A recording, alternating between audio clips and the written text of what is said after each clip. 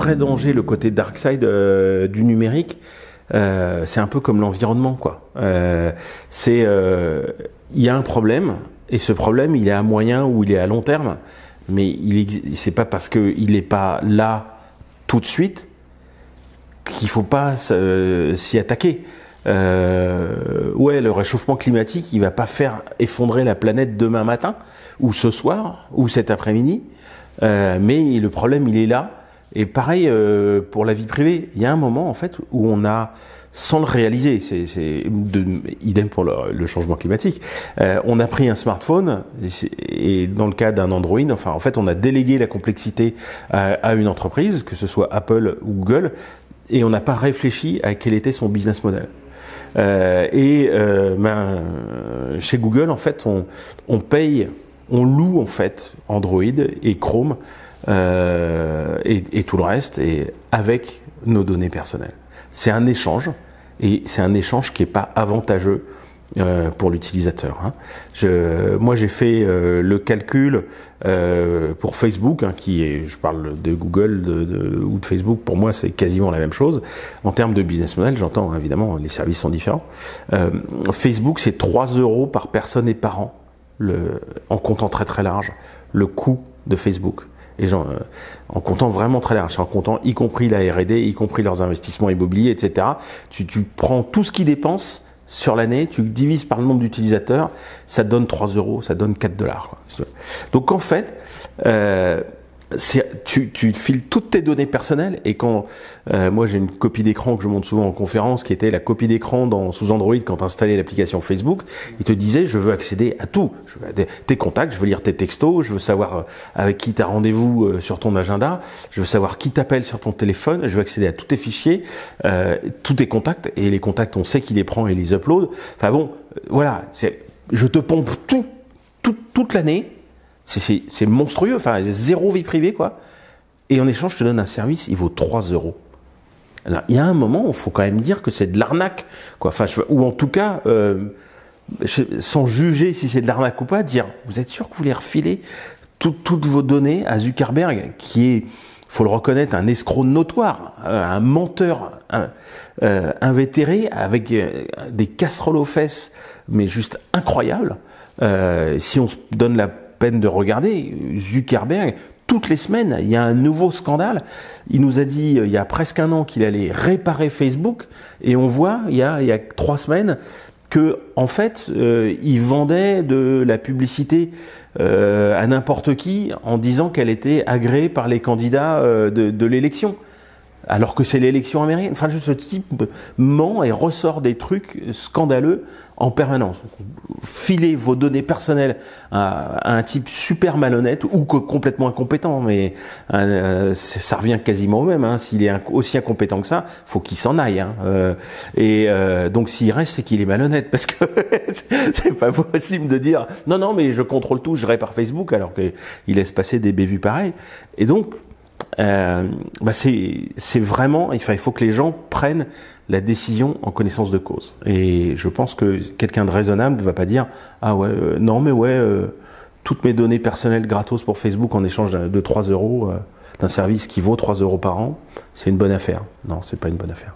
Alors effectivement, c'est pas facile, ça demande d'expliquer beaucoup aux gens pourquoi est-ce qu'il faut utiliser Quant par rapport à Google, parce que déjà Quant flique pas ses utilisateurs, les profile pas, collecte pas de données personnelles quand tu fais une recherche, alors que Google, on connaît le business model, et c'est difficile et ça demande du temps.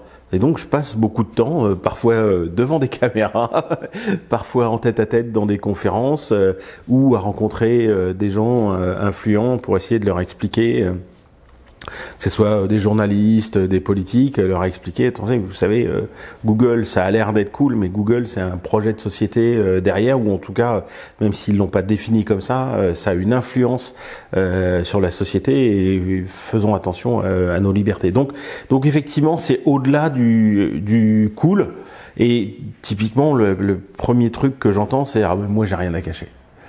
Et ça, en fait, là où on entend une objection, moi je vois surtout quelqu'un qui est désemparé. Quand quelqu'un me dit j'ai rien à cacher, c'est juste quelqu'un qui me dit, j'ai mis du temps à le capter en fait, mais c'est quelqu'un qui me dit mais tu sais je m'en sors déjà pas avec le numérique là. Déjà je galère. Et là tu es en train de me dire que en plus les outils que j'utilise, ils posent des problèmes. Et là il peut pas faire face. Il est un peu dans le déni de ce besoin et il fait ah ouais non mais moi j'ai rien à cacher. Non mais alors si t'as rien à cacher, tu vas me donner ton avis d'imposition et ton mot de passe Facebook. Ah oui mais non c'est pas pareil. Non mais attends là il fait 25 degrés, pourquoi est-ce que t'es sapé des pieds à la tête? Ce serait pas mieux à poil? T'as quelque chose à cacher? Ah oui mais non. Bah si. Et si, on a tous quelque chose à cacher, individus, entreprises, tous, et pas forcément des choses honteuses ou des choses interdites. Hein, souviens-toi dans la cour d'école, t'étais amoureux de quelqu'un, on disait ah il est amoureux de bidule ou de bidulette, bah tu vois c'était le stress quoi, parce que c'était osé, c'était personnel, c'était révélé quelque chose qui était pourtant très vrai et qui n'était pas illégal. C'est toujours ça. Pourquoi est-ce que je vais aux toilettes et que je ferme le loquet? C'est pareil aussi. Je fais rien d'illégal. Hein, je suis chez moi. Je vais pas fumer des joints dans mes toilettes, etc. Mais bon, ben voilà. C'est perso quoi. Donc on a tous des trucs à cacher. Et les gens qui disaient le contraire se mentent à eux-mêmes. Alors ils me mentent à moi, mais ça on s'en fout. Mais ils se mentent à eux-mêmes parce qu'ils n'arrivent pas à faire face avec l'idée qu'il faut utiliser des outils qui sont plus respectueux de la vie privée. La bonne nouvelle, c'est que quand tu vas sur compte.com à la place de google.fr, c'est pareil quoi. T'as une zone, tu tapes un mot-clé, t'as des résultats, sauf que t'es pas fliqué. On peut toujours discuter de la qualité des résultats, parce qu'il y en a un qui est un peu meilleur que l'autre et tout, mais c'est pas ça le problème. La peur des gens, c'est de pas arriver à s'en sortir. Et là, qu'on les rassure, hein, l'un est aussi facile à utiliser que l'autre. Le problème, c'est le long terme. Et c'est ça qui est compliqué, et c'est en fait l'aspect désagréable de ce que je dis et le fait de le dire. C'est en fait, on est en train de mettre en place un gros piège, et en tant qu'utilisateur du numérique, on est en train de se précipiter vers ce piège, comme les lemmings qui sautent de la falaise, quoi. Tu vois, par wagon entier, quoi. Alors la falaise, elle est devant, et nous on s'y dirige avec constance et enthousiasme, et on n'est pas encore tous tombés. Enfin, Cambridge Analytica, c'est arrivé, hein, tout ça, mais c'est pas. Enfin, on a survécu pour l'instant, mais on se prépare à vraiment une embrouille absolument majeure. Et donc, je veux pas avoir l'air complotiste, je déteste même l'idée de l'être,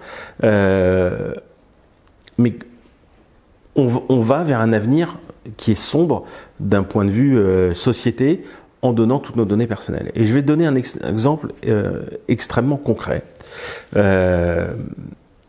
qui est que pour l'instant tout va bien, ou presque, mais que ça pourrait mal tourner. Juste un exemple, mais trivial.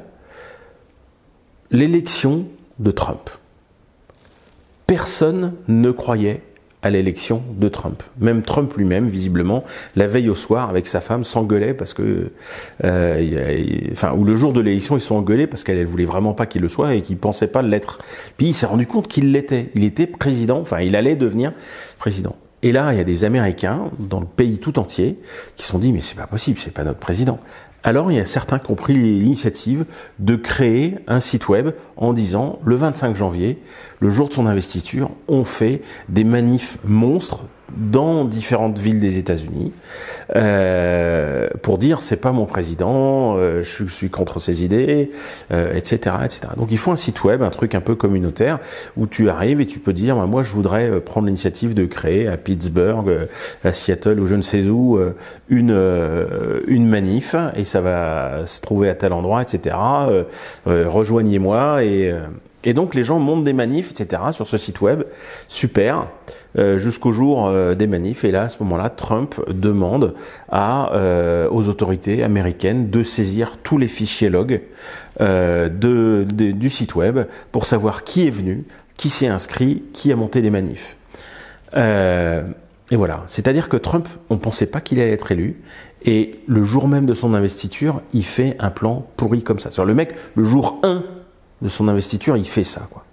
C'est dire qu'aujourd'hui, on se dit ouais, non mais j'ai rien à cacher, toutes mes datas, je les mets à droite, je les mets à gauche, chez des gens, etc. Mais on n'a aucune idée de ce qui peut se passer plus tard. Et l'histoire que je raconte, elle s'est passée.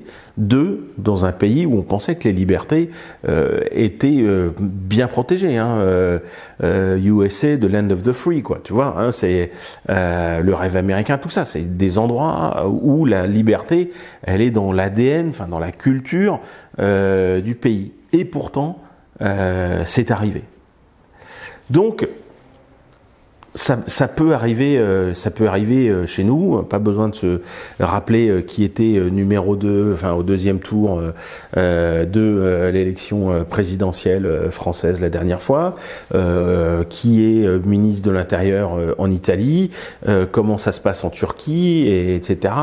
Dans d'autres pays de l'Est. Donc aujourd'hui, mettre toutes ces données dans un endroit concentré où elles sont analysées et où les gouvernements peuvent venir piocher, parce que forcément, quand on fait du business dans le pays, on est obligé de suivre les instructions du gouvernement. Et ça, c'est un vrai problème. Et en plus de ça, on a de la chance, on a les Chinois qui nous montrent ce qu'on peut faire comme connerie à très grande échelle. En Chine, il y a un truc qui s'appelle le Social Credit System. C'est la traduction, parce qu'évidemment, c'est pas comme ça qu'ils prononcent, mais qui est pour l'instant en bêta et de façon, enfin, qui est pour les gens qui le souhaitent, qu'il faut une approche volontaire pour y être. Ça va devenir en 2019 obligatoire et étendu à tout le monde. Et l'idée, c'est simple, c'est vous avez une note qui est décerné par le système qui reprend votre historique bancaire, le réseau social pour savoir qui vous fréquentez, et puis le système juridique chinois, et qui vous donne des droits ou non en fonction de votre note. Alors que si vous fréquentez pas les bonnes personnes, vous perdez des points. Si vous oubliez de payer une amende, vous perdez des points. Cette note, elle est visible de tous. Et donc, cette note, elle fait que, par exemple, tu vas dans un site de rencontre chinois, et ta note, elle fait que tu es plus ou moins mis en avant, que tu as le droit ou non de voyager en première classe, que tu as le droit ou non de sortir de la province, tu as le droit ou non d'avoir des billets de train, ou pire encore des billets d'avion, ou un visa pour l'étranger, etc. Tout ça dépend de cette note en question. Alors, certains diront que c'est peut-être une bonne chose. Et il y a un problème, c'est que quand on se sent surveillé, et là il y a des tas de gens qui expliquent ça mieux que moi. Si tu lis de Foucault, de Michel Foucault, Surveiller et punir, ou si tu écoutes Deleuze, deux philosophes français, de Foucault et Deleuze, t'expliquent que t'expliquent le panoptisme en fait. C'est quand tu es sous surveillance, tu t'auto-censures. Et c'est un vrai problème parce que là on parle d'entrepreneuriat, de créativité, de liberté. En fait, si tu es sous surveillance, même s'il se passe rien, tu n'es plus libre dans ta tête. C'est comme si tu avais des barreaux aux fenêtres, quoi. Tu des trucs que tu n'oses pas révéler. Moi, je vais, par exemple, chez moi, je vais faire un aveu, je chante sous la douche. Je chante très très mal sous la douche. Mais je peux chanter que quand je suis tout seul. Et quand ma femme, elle arrive, elle rentre du jogging, tu vois, elle claque la porte, elle me dit, chérie, c'est moi, mais ça me coupe complètement le sifflet, tu vois. C'est légal de chanter sous ma douche, j'ai le droit, et tout, mais je peux pas. Et du coup, je suis complètement nul en karaoké parce que je m'entraîne jamais, quoi. Donc, voilà, c'est l'idée que la créativité, quand tu as une idée au départ, une idée neuve, c'est un petit peu comme si tu c'est comme une petite fleur, quoi, qui commence à naître. Et si quelqu'un marche sur la fleur quand elle est petite, ça écrase la fleur et c'est cuit. Là, ton idée, c'est pareil. Si tu te sens observé, jugé, sous surveillance, tu oses pas avoir des idées nouvelles. Et ça pousse complètement à la conformité.